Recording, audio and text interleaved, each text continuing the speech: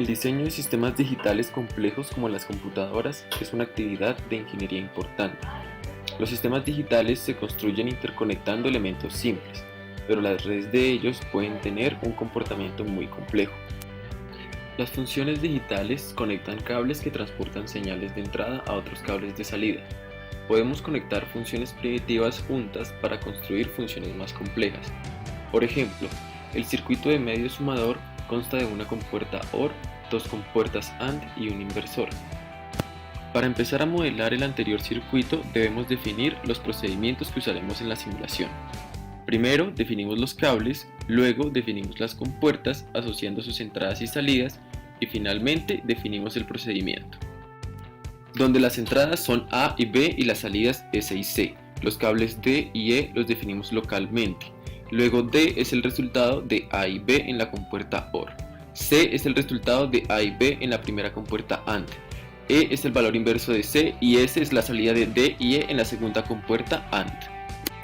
Las funciones primitivas implementan las fuerzas por las cuales un cambio en la señal de un cable influye en las señales de otros cables.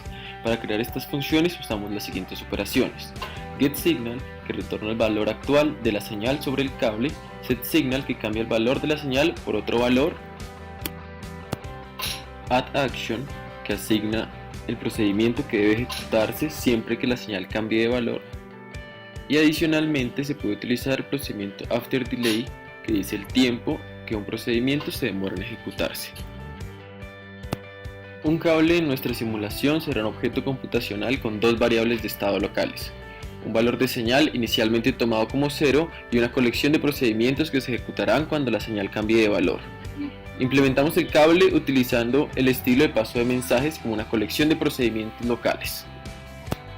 Vamos a crear una estructura de datos llamada agenda, en la cual se encontrará el calendario de las cosas que hay que hacer en un procedimiento. Una agenda se compone de segmentos de tiempo donde cada segmento es un par que consiste en un número y una cola que contiene procedimientos que están programados para ser ejecutados.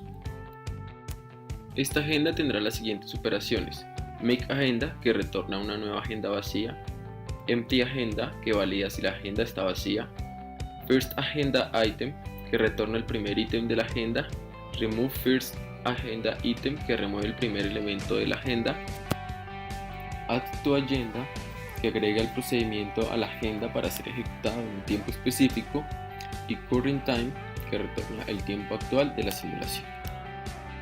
Los elementos primitivos del lenguaje son restricciones primitivas que indican que ciertas relaciones mantienen entre las cantidades. Combinamos las restricciones mediante la construcción de redes de restricción en las que las restricciones se unen mediante conectores. Un conector es un objeto que contiene un valor que puede participar en una o más restricciones. Por ejemplo, sabemos que la relación entre las temperaturas Fahrenheit y Celsius es 9C igual a 5 por F menos 32. Dicha restricción se puede considerar como una red que tiene un sumador, dos multiplicadores y restricciones constantes. Vemos a la izquierda una caja multiplicadora con tres terminales etiquetados M1, M2 y P, que mantendrán la temperatura Celsius, donde están unidos a una constante W que tiene el valor de 9. P obliga a M1 y M2 a hacer un producto, así como S a A1 y a A2 a hacer una suma. A la derecha vemos el otro producto con la constante 5, que con el sumador representa a los grados Fahrenheit. Para simular el anterior sistema de restricciones vamos a crear dos conectores, C y F, llamando al constructor makeConnector y enlazando C y F en una red apropiada, donde definimos los procedimientos con las entradas y salidas.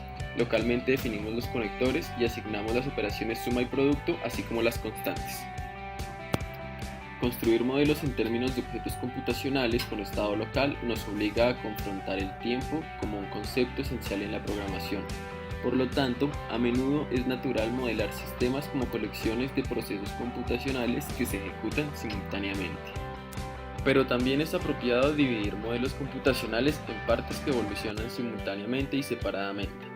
Incluso si los programas se van a ejecutar en una computadora secuencial, la práctica de escribir programas como si fueran a ejecutarse simultáneamente obliga al programador a evitar restricciones de temporización no necesarias. Created using Powtoon.